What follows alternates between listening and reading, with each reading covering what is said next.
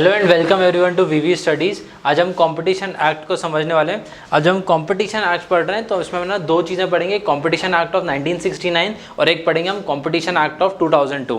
अब बेसिकली जो competition act था पहले हम उसको बोलते थे MRTP एक्ट, बेसिकली क्योंकि इसके ऊपर से फोकस किया जाता था मोनोपोलिस्टिक प्रैक्टिसेस के ऊपर, monopolistic related trade practices basically हम उसको बोलते हैं।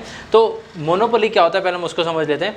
मोनोपोली मार्केट में क्या होता है, जब बड़ा सा एक मतलब कोई भी एक मार्केट हो जिसका मार्केट शेयर एक ही कंपनी के पास में हो या फिर मेजॉरिटी एक ही कंपनी के पास हो तो उसको मोनोपोलिस्टिक कंडीशन बोलते हैं। फॉर एग्जांपल जैसे अगर आपको इंडियन रेलवेज में ट्रैवल करना है तो आपको बुकिंग किसके थ्रू करानी पड़ेगी, IRCTC के थ्रू। क्या कोई और इंडिया में रेलवे सर्विसेज प्रोवाइड करता है except for IRCTC? Obviously no. जैसे आपको अगर एरोप्लेन सर्विसेज चाहिए तो बहुत सारी एयरलाइंस हैं, आपके पास में स्पाइस जेट है, आपके पास एयर इंडिया है, एयर एशिया है, ऐसे ही इंडिगो, बहुत सारी एयरलाइंस हैं आपके पास है मार्केट में जिसको आप यूज़ कर सकते हो। बट क्या आप रेलवेज, इंडियन रेलवेज के अलावा किसी और की यूज़ कर सकते हो? नहीं। तो इसको बोलते हैं मोनोपोलिस्टिक प्रैक्टिसेस। अब मोनोपोलिस्टिक सर्विस प्रैक्टिसेस को से प्रोटेक्ट करने के लिए, ताकि मार्केट में एक फ्री एंड फेयर प्रैक्टिसेस चलते जाएं, उसके लिए एक लॉ निकाला गया था जो कि 1969 में पास हुआ था, बट वो एनफोर्स हुआ था 1970, मतलब लागू 1970 में हुआ था लेकिन पास 1969 में हुआ था। उसके फ्रेमवर्क और डॉक्यूमेंटेशन कंप्लीट करने में बेसिकली 1 साल लगा था। अब उसके क्या क्या ऑब्जेक्टिव्स थे? पहला, इट टू कंट्रोल मोनोपोली। जैसे मैंने आपको बताया कि अगर मार्केट में कोई भी प्राइवेट प्लेयर अगर मोनोपोली क्रिएट करना चाहता है तो गवर्नमेंट क्या करती थी अपने तरफ से, मतलब गवर्नमेंट भी बहुत सारे बिजनेसेस करती है। जैसे आपने LIC का बिजनेस सुना होगा, एयरलाइंस का बिजनेस सुना होगा, इंडियन रेलवेज का ऑब्वियसली बिजनेस कर रही है। ऐसे बहुत सारी जगह जो इंडियन गवर्नमेंट काम करती है, अपने खुद के तरफ से मार्केट एस्टैब्लिश करती है। तो अब फ़ायदा क्या होता है, मान लीजिए एक तरफ एक गवर्नमेंट कंपनी है और एक तरफ एक प्राइवेट कंपनी है। अब प्राइवेट कंपनी का सोल ऑब्जेक्टिव होता है टू इंक्रीज या टू ऑप्टिमाइज मैक्सिमम प्रॉफिट, और एक गवर्नमेंट कंपनी का मेन ऑब्जेक्टिव होता है वेलफेयर ऑफ द सोसाइटी, कि किस तरीके से वो लोग गवर्नमेंट किस तरीके से लोगों को हेल्प कर सकती है बिजनेस को रन करने में। तो अगर हम इसमें देखें तो जैसे इंडियन रेलवेज है तो उसमें गवर्नमेंट बहुत सारा लॉस झेलती है, बट स्टिल गवर्नमेंट उसके ऊपर काफ़ी सारा काम भी करती है। Next is prevention of concentration of economic power. मतलब जैसे इंडिया में अगर हम आज भी देखें तो 1% लोगों के पास इंडिया की 40% ऑफ द GDP है। तो हम चाहते हैं कि ये कम से कम हो, मतलब जो इंडिया में रिचेस हैं उनके पास में लीस्ट कंसंट्रेशन है, मैक्सिमम पावर वो होल्ड ना करें, और जो वेल्थ डिस्ट्रीब्यूशन है वो मैक्सिमम हैंड्स में हो पाए। Next is regulate restrictive trade practices.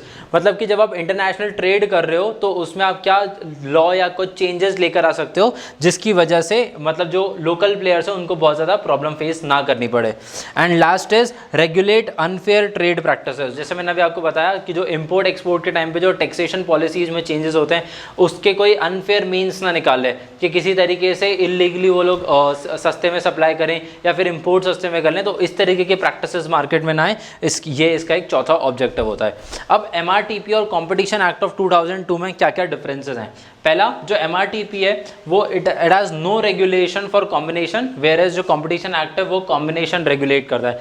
Combination में यहाँ से हमारा सिर्फ मतलब है कि जो सेक्टर के अलग अलग काम होते हैं उनको कंबाइन करना, कि सिर्फ एक चीज़ के ऊपर फोकस ना करना बट पूरे के पूरे उस मार्केट के ऊपर फोकस करना। Next is MRTP was comparatively reactive and rigid. Reactive in the sense कि मान लीजिए आपको कुछ भी दिखा कि मार्केट में एक मोनोपोली क्रिएट हो रही है तो आप उसके ऊपर तुरंत एक्शन लोगे। देखिए, मोनोपोली हमेशा नहीं है कि वो मार्केट के लिए बुरी तरीके से एक्ट करे। मोनोपोली का अगर मैं एक एग्जांपल दूं, जैसे अभी अगर हम इंडिया में टेलीकॉम सेक्टर देखें तो उसमें काइंड ऑफ डुओपोली क्रिएट हो चुकी है, बिकॉज जो मार्केट शेयर है वो मैक्सिमम 2 ही कंपनीज के पास है, एक जियो और एक एयरटेल। अब अगर वो चाहें, दोनों मिलकर अगर चाहें तो एक कंपनी अगर प्राइस बढ़ाएगी तो दूसरी कंपनी प्राइस बढ़ाएगी। अब मैक्सिमम लोग इन दो की सर्विसेज ही यूज़ कर रहे हैं, तो यहाँ पे क्या होगा कि कंटिन्यूसली वो लोग प्राइस इंक्रीज कर सकते हैं या फिर कुछ भी प्रॉब्लम क्रिएट कर सकते हैं जिसकी वजह से जो कस्टमर्स हैं उनको प्रॉब्लम फेस करनी पड़ेगी। तो इसके अगेंस्ट जो MRTP था वो तुरंत एक्ट करता था और हो सकता था कि वो कंपनी बंद कर दे। अब अगर आज एयरटेल और जियो कंपनी बंद हो जाएंगी तो इंडिया का नेटवर्क पूरा का पूरा शट डाउन हो जाएगा, बिकॉज मैक्सिमम लोग तो वही यूज़ कर रहे हैं। ऑन द अदर हैंड जो कंपटीशन एक्ट वो प्रोएक्टिव है और फ्लेक्सिबल है, मतलब कि वो पहले समझता है कि मार्केट में जो मोनोपोली क्रिएट हो रही है या फिर जो कुछ भी अगेंस्ट काम हो रहा है अगेंस्ट एमआरटीपी या कंपटीशन एक्ट, तो उसको समझता है और उसके बाद फिर फ्लेक्सिबिलिटी क्रिएट करता है कि जिससे कि एक कंपनी भी फायदेमंद रहे और एट द सेम टाइम वो लोग कस्टमर को भी बहुत ज़्यादा अप्रीच ना कर पाएँ।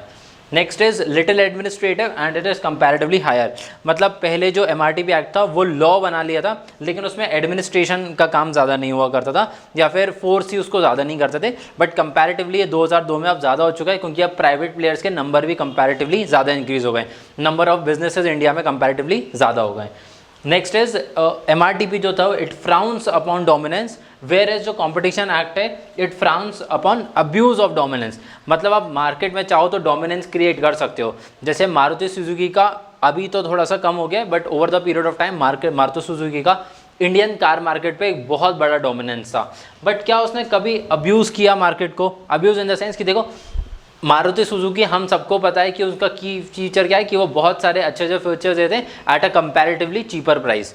टाटा भी ये चीज़ सेम कर रहा था और इंडियन मार्केट इसी तरीके से चल रहा था क्योंकि इंडिया का जो मार्केट है वो प्राइस सेंसिटिव मार्केट है। तो मारुति सुजुकी ने हाँ एक चीज़ उसका ड्रॉबैक अगर हमें देखना हो तो हम ये देख सकते हैं कि वो सेफ्टी के ऊपर तो फोकस नहीं करता था, बट गवर्नमेंट ने कभी उसके ऊपर लॉ भी नहीं बनाए तो उन्होंने उस चीज़ के ऊपर इतना ज़्यादा फोकस नहीं किया, उन्होंने बाकी चीज़ों के ऊपर फोकस किया जो कि इंडियन कस्टमर आस्क कर रहा था उस चीज़ के ऊपर। जैसे माइलेज आस्क कर रहा था तो माइलेज को उन्होंने प्राइम फोकस दिया, बाकी चीज़ों के ऊपर बाकी फीचर्स के ऊपर उतना फोकस नहीं दिया जब तक दूसरे कॉम्पिटिशन्स उसमें आगे ना निकलने लगे। Next is MRTP is comparatively complex in arrangement and languages whereas competition act is comparatively simpler। जो कंपनीज थी उसको समझने में MRTP के क्योंकि लॉ इतने ज़्यादा क्लियर नहीं थे तो उसको समझने में बहुत ज़्यादा प्रॉब्लम क्रिएट करता था MRTP, वेरेज जो कंपटीशन एक्ट है वो बिजनेस पर्सन के लिए प्लस कंज्यूमर के लिए बहुत ही सिंप्लीफाई कर दिए गए हैं ताकि आप इजीली समझ पाओ कि जो आप बिजनेस कर रहे हो जो आप मोनोपोली क्रिएट कर रहे हो क्या वो लॉ के अबाइडेंस में है या फिर लॉ को वायलेट कर रहा है। तो this was all about MRTP and competition act. I hope the topic is clear to you.